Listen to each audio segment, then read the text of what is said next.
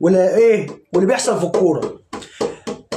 اللي بيحصل في الكوره النهارده بعد طبعا شويه مطوشه جامده جدا جامده جدا في دوري الابطال، قدرنا نلاقي فرق ومطوشه تقيله جدا. طبعا مفاجاه كبيره، مفاجاه كبيره جدا ان محمد صلاح يخرج من باريس في الانفيلد في ارض ليفربول.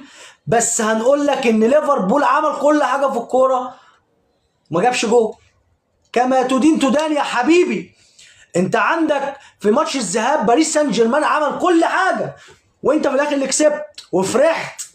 بس هل انت قدرت تصعد؟ ما قدرتش.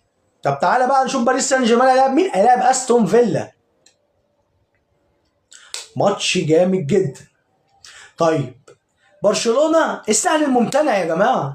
برشلونه رجع تاني للسهل الممتنع. في موهبه تقدر تتحكم في رتم المطوشه، في رتم المباراه. لامين يامال ده لعيب عالمي. ده حكايه، ده قصه.